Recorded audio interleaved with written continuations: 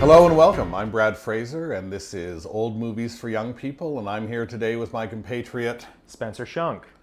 Today we're talking about Lawrence of Arabia, one of the great epics of all time.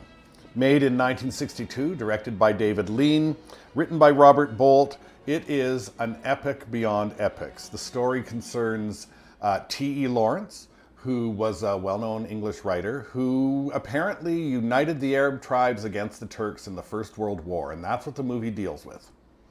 Peter O'Toole is playing Lawrence. We have Alec Guinness as Prince Faisal. In a horrible role. Terrible makeup job, to the point of it being offensive. Yeah. Anthony Quinn is another Arab tribe leader. Which is less of a leap. Less of a leap, yeah. And then Omar Sharif in one of his first big roles.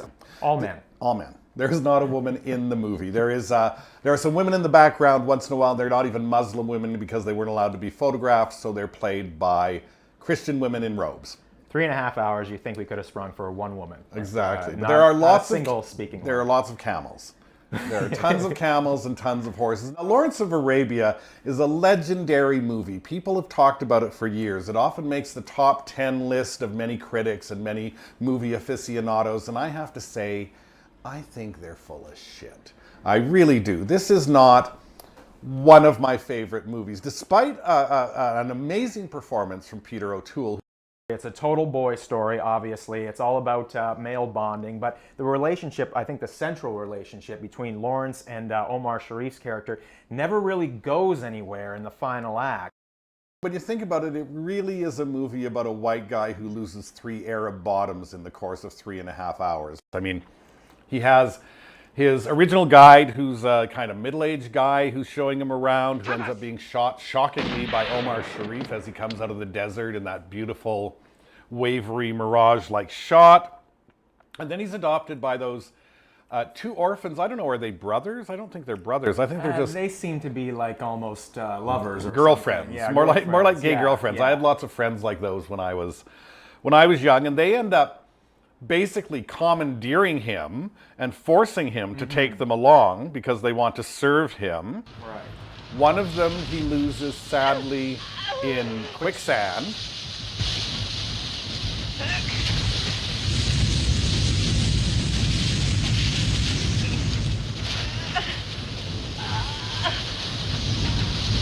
And then the third one actually is wounded when they're planning to blow up a Turkish train. Yeah. And because the Turks take no prisoners, or because they torture them, Lawrence ends up having to shoot the boy himself. And that is kind of the breaking point in the story as far as his relationships with the Arabs go.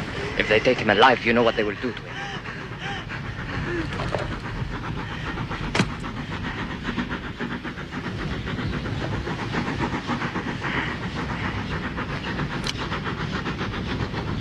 Daoud will be angry with you. Salute him for me.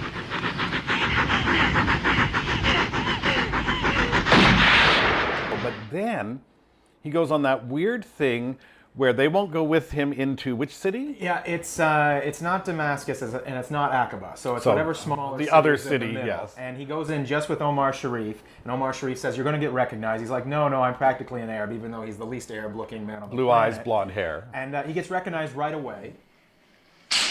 He is interrogated, and Jose Ferrer plays the slight coughing homosexual who's hanging around watching him all the time. Your skin is very fair.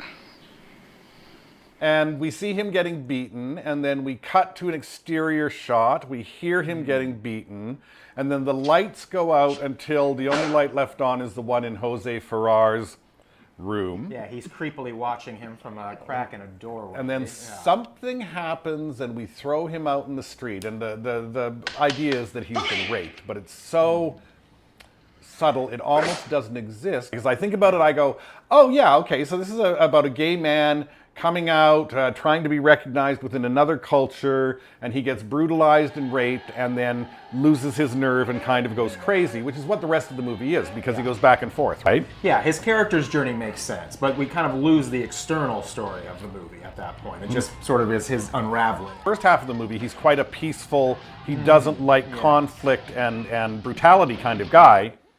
After he's raped, he becomes a total killer. Yes. Yeah, and he really leans into the white savior sort of thing, saying like, I will bring you freedom. Freedom is me. I see it in other movies of roughly that period as well, like maybe The Man Who Would Be King, which is like 10 years later, where it's both questioning imperialism and justifying imperialism at the same time, right? Which I think is probably in the context of that time seemed revolutionary, but we look back on it now and it's like, holy fuck, this is just about a white guy supposedly saving all those Arabs, when we really know what happens after the movie ends is the British completely fucked them over. Right. Europeans fucked them over in every possible way, and down the line it leads to the conflicts that you have in the Middle East today. Yes, right? Still exactly. reverberates, right? I think you can't underestimate the power of CinemaScope, which was very new at the time, and the studios were working very hard to get people to come to the movies and not to stay home and watch TV. And one of the things they could offer was that kind of scope, so that sense of the desert being like actually being in the environment is a really important one for the movie, I think. But the other problem the movie has is it plays kind of some of the set pieces too many times. There are two big train wrecks in a row. You know, the first one is spectacular, particularly the one where the horses escape and Anthony Quinn gets the horses. That's really cool. Also, I think there's sort of a splitting between Anthony Quinn and Omar Sharif. They kind of occupy the same space in the story, and they're as characters.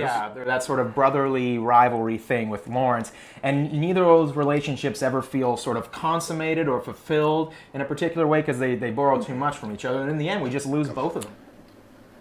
I pray that I may never see the desert again.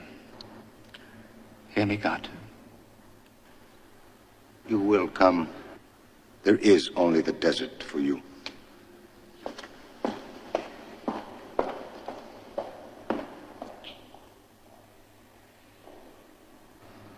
So I think the upshot here is that Lawrence of Arabia bothers us on a lot of levels, and yet you can tell from the way we're talking about it, it's actually probably an important movie. It's also a movie of great moments. Maybe not a great story that holds for 3.5 hours, but there's so many amazing things that we've cited, and we've probably only touched on half of them. So Lawrence of Arabia, not Monkey Dump. Not Monkey Dump. Worth a look, but Definitely. you may be bored. But would I recommend it to someone of my generation? I don't know. It's hard to say. I feel like there would be a disconnect there, and certainly among liberal crowds, there would be a lot of judgment applied that might interfere with you enjoying what parts of the movie are enjoyable. Lawrence, only two kinds of creature get fun in the desert: Bedouins and gods, and you're neither. Take it from me. For ordinary men, it's a burning, fiery furnace. No, Dryden. It's going to be fun. It is recognized that you have a funny sense of fun. I mean, say what you want about this movie, the shooting of it, the cinematography is astounding. Can you believe it? Cocksucking building. Should I turn them off? Or? No, let's just see. It may be quick. This is an emergency. All occupants, please leave the building. Do not use the elevator. Attention. Your attention, please. This is an emergency. All occupants, please leave the building. Stuff off. Do not use the elevator. Turn the cameras off. Thank you. We'll see you next time on Old Movies for Young People.